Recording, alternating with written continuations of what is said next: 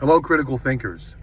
This video is a cautionary warning video when having social discourse as it relates to topics like those people incarcerated, facing abuses, facing torture, and facing death. The whole whataboutism. The whole whataboutism is about several things. One, it's about deflection. Two, it's about distraction.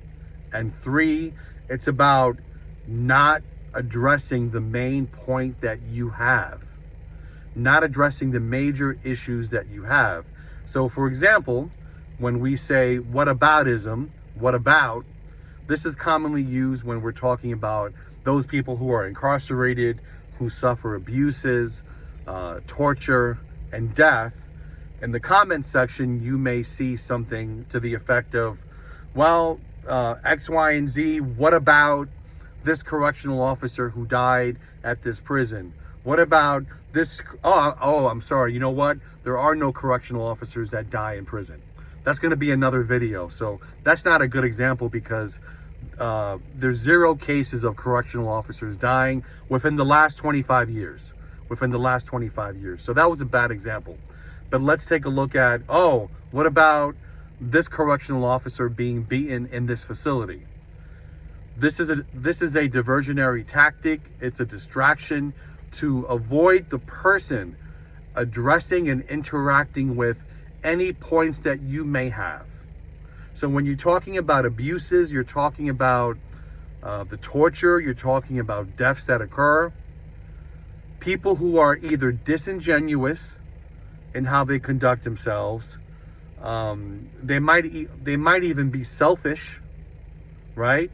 Or they may be very egotistical, like children. Because for anyone who's a parent, anyone who has a child, if you make an attempt to discipline a child, one thing you will hear, especially if you have a young girl who you're trying to correct, you'll hear, you hate me.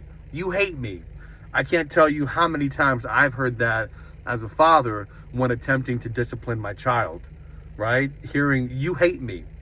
It's a distraction. It's meant to take away the accountability that they have to deal with. And the same thing happens when you're having conversations, debate about these social issues, about people who are incarcerated. They want to say the whole whataboutism. What about this correctional officer who suffered a beating? Mind you, how you deal with that is you ignore it. You don't even interact with it. For example, the purpose of this channel is to bring up injustices in the world in general. It just so happens that my focus has been what's occurring in the New York State prison system. I've done some other stories about some other states in terms of what's occurring with incarcerated individuals. I've done a story about organs being harvested from individuals that have passed away. So this channel is about injustices. This channel is not a correctional officer channel. So if you're looking for correctional officer stories of abuse, it's not going to happen here for the most part. I may cover it, and I will cover it honestly if I do cover it. This channel is about injustices facing the population who are incarcerated. So when someone does not want to interact with the content, instead they want to say, whataboutism? What about this officer in this prison? It's distracting. It's a diversionary tactic. I'm not going to engage in it, and I encourage everyone out there, don't engage in this level of conversation with people that are either very egotistical, they're very disingenuous, or they're just ignorant. So instead of admitting their ignorance on a topic, what they will do is they say, well, what about this? Don't engage it. Don't do it. The fact of the matter is, I've given multiple opportunities for individuals who want to advocate for correction officers to come on this channel to interact with me. They have refused to do so. I have not seen one active duty correction officer condemn the murder of Robert Brooks. I have not seen one active duty New York State correction officer condemn the murder of Robert Brooks. And when there's been attempts to get comments from those correction officers about the death of Robert Brooks, especially on the picket line, we see comments like, oh, I don't know who Robert Brooks is. And we know that's BS. This is a story that's been emanating from the correctional world. And I guarantee you, those individuals know about what happened to Robert Brooks. But they don't care about it because this is the culture, this is the pattern, and this is a history of how they work. So this is a distraction.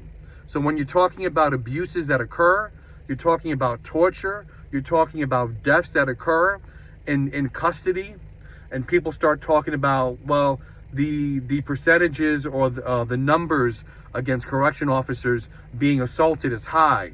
Well, guess what? Docs does not have any numbers that speak about the assaults on individuals from COs. They don't keep those numbers because, quote unquote, they don't exist. Abuses against incarcerated individuals don't exist. Therefore, Docs is not keeping those numbers because they would be keeping numbers on their illegal actions, on correction officers' illegal actions. One thing I would want to see is the Office of OSI and their numbers in terms of the number of complaints of excessive force that have been reported. I am going to find that number, if it is even published. So for anyone out there, if you have these numbers on the number of complaints made to the Office of OSI, the number of investigations that have occurred, please share that with me. I will do my own research and my own due diligence to see what I can find. So I've taken up too much time, enough with the rant, but for everyone out there, stop engaging in the whole whataboutism. Don't have conversations with individuals who don't want to address your main point. If you want to interact with a topic, interact with it. Don't deflect from it. And let's have a meaningful dialogue. And then after we have this conversation about what's happening to those incarcerated, if you want to have a conversation about correctional officers and assaults on correctional officers, we can have that. But for those people that care about the lives of those human beings who are in prison, we know that correctional officers, they're not advocating for those incarcerated.